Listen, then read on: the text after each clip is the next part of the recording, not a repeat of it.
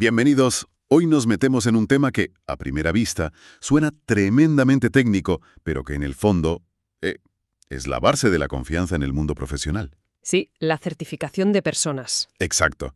Tenemos en nuestras manos la norma ISO 17024, en su versión, la de 2012, y varios documentos que anuncian su nueva edición de 2026. Que viene con cambios muy profundos. Y la misión de hoy es entender por qué esta actualización es mucho más que un simple lavado de cara. Es, en esencia, reescribir las reglas de la confianza para una era, para la era digital. Ok, vamos a desglosar esto. Totalmente. Porque esta norma es el pilar invisible que garantiza que un certificado de, experto en ciberseguridad emitido en Bogotá... Signifique lo mismo que uno emitido en Tokio. Eso es. Su objetivo siempre ha sido crear un lenguaje común para la competencia. Pero claro, el mundo de 2012 y el de ahora... Se parecen como un teléfono fijo a un smartphone. Exacto. Esa es la analogía perfecta. Pues empecemos por ese teléfono fijo, la versión de 2012. Para poner a todo el mundo en contexto, su idea central era crear un marco global, coherente y sobre todo fiable. Pero, ¿cómo se consigue eso en la práctica? Ahí está la clave. No es solo una lista de buenas intenciones, ¿eh? La norma obligaba a que cada certificación se construyera sobre lo que llama un esquema. ¿Un esquema? Sí, y el esquema es, en esencia, el ADN de la certificación. No es un papel cualquiera. La norma te obliga a definir con una precisión casi quirúrgica. Vale. ¿Qué prometes exactamente que sabe hacer esta persona? Ese es el alcance. ¿En qué contexto real lo va a hacer? Esa es la descripción del trabajo. Y, sobre todo, ¿con qué nivel de destreza? Esa es la competencia requerida. Justo. Sin este ADN claro, un certificado no es más que papel impreso. Entiendo. Es la receta detallada antes de cocinar el plato. Y lo interesante es que el foco no está en la persona que se examina, ¿verdad? Sino en la organización que emite el certificado, en el cocinero. Exacto. Les exige ser imparciales, tener una estructura sólida... Claro. El principio fundamental de la versión de 2012 y que se mantiene es la imparcialidad. Por ejemplo, dejaba muy claro que no se podía negar una certificación por razones arbitrarias, como no pertenecer a una asociación concreta, por ejemplo. Y tocaba un tema muy delicado, la separación entre formar y examinar. No podías dar a entender que si alguien hacía tu curso, pues aprobar el examen sería pan comido. Eso es. Había que construir un muro entre ambas actividades. Vale, ese es el tablero de juego de 2012. Una base sólida, centrada en la estructura, la imparcialidad y la claridad del proceso. Pero entonces llega 2026 y le da la vuelta a todo. Porque al leer los borradores, como que me ha impactado es que la norma de repente empieza a hablar de inteligencia artificial. Es como pasar de un manual de mecánica a una guía de ciberseguridad en 10 años. Es que el salto es de esa magnitud, de verdad. La nueva norma fue aprobada con un consenso global casi unánime. He visto las cifras, 99% en ISO, 100% en IEC. Es una barbaridad. Claro, y eso es porque todo el mundo entiende que el campo de juego ha cambiado por completo. En 2012, la gran amenaza era que alguien se copiara en un examen de papel. Claro. Hoy la amenaza es un algoritmo sesgado, el fraude de identidad en un examen online o una filtración masiva de preguntas en la red. La norma sencillamente tenía que ponerse las pilas. O sea que la norma deja de oler a naftalina, por fin. Y no es solo añadir un par de apéndices sobre tecnología, ¿verdad? Por lo que veo, la estructura entera se ha rediseñado. Sí, totalmente. Se ha realineado con otras grandes normas de evaluación como las que se usan para certificar productos o sistemas de gestión. Vale, ahora está más orientada a procesos, gestión de riesgos, requisitos de recursos, procesos de evaluación. Es mucho más lógica, más intuitiva de aplicar. Pero lo verdaderamente revolucionario está en el contenido, en cómo aborda los nuevos desafíos. Pues entremos ahí. Has mencionado la imparcialidad como pilar de la versión de 2012. ¿Cómo se le da una vuelta de tuerca a ese concepto? Pues fíjate, lo fascinante aquí es que se pasa de un enfoque estático a uno dinámico. La nueva norma exige una monitorización continua de las amenazas a la imparcialidad. Continua. Sí, ya no vale con hacer un análisis de riesgos una vez al año y guardarlo en un cajón. No, ahora tienes que estar constantemente vigilando. Vaya. Y lo más importante, se incluyen explícitamente los riesgos que antes ni existían. Los que generan las plataformas digitales, la supervisión remota de exámenes o los propios sistemas de IA. Y sobre esa línea roja entre formación y examen, ¿qué pasa ahora? Pues aquí hay un cambio que a primera vista parece menor, pero que tiene un calado enorme. La regla de 2012 era rígida. Sí, lo recuerdo. La misma persona no podía formar y examinar a un candidato en 2 años. Punto. Exacto. La nueva norma introduce flexibilidad, pero a cambio de una exigencia brutal. Espera, eso me suena peligroso. Si ahora la misma persona puede formar y examinar, ¿no se abre la puerta que un formador le regale el aprobado a su propio alumno para quedar bien? Ese es el riesgo y por eso la norma sube el listón. Dice, de acuerdo, puede que en algunos casos sea la misma persona, pero si lo hace, usted, como organismo certificador, tiene la carga de la prueba. Amigo. Tienes que demostrar con evidencia objetiva que tienes controles tan robustos que es imposible que haya un conflicto de intereses. O sea, presentar auditorías, registros. Análisis que demuestren que el proceso es estanco. En la práctica, esto puede ser mucho más difícil de cumplir que la simple regla de los 2 años. Exige una madurez en la gobernanza mucho mayor. Vale, lo voy yo. No es barra libre, es más bien un te dejo hacerlo si demuestras ser un neurocirujano de la imparcialidad. Justo esa es la idea. Ahora vayamos al tema que más me ha llamado la atención, la inteligencia artificial.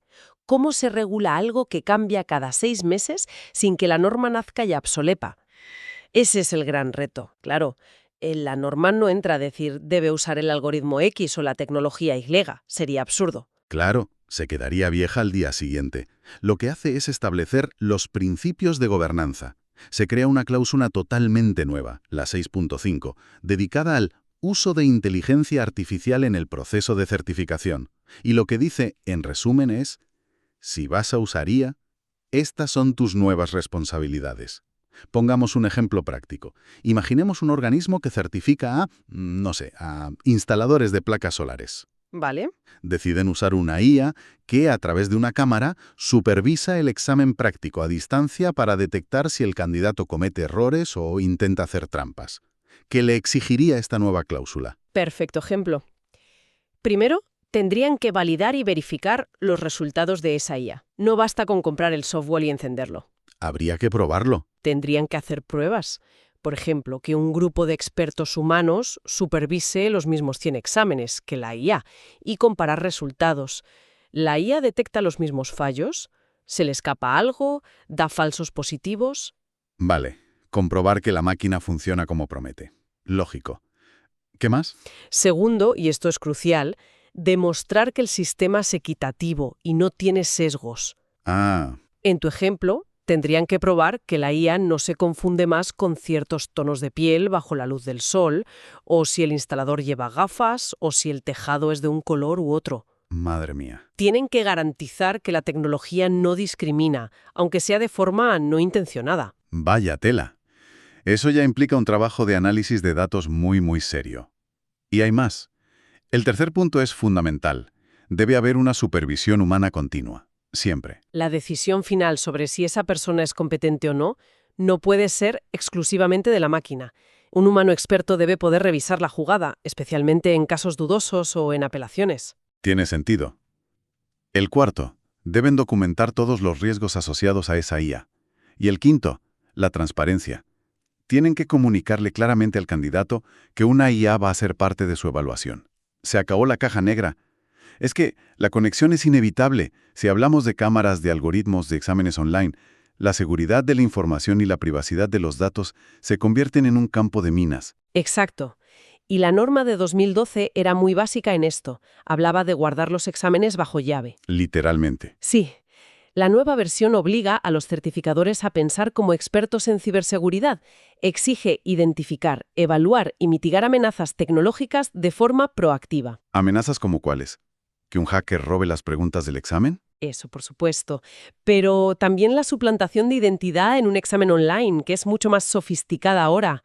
El uso de chuletas digitales o ayuda externa a través de dispositivos. Claro. Y la protección de los propios materiales de examen. En el mundo digital, una filtración no es una fotocopia.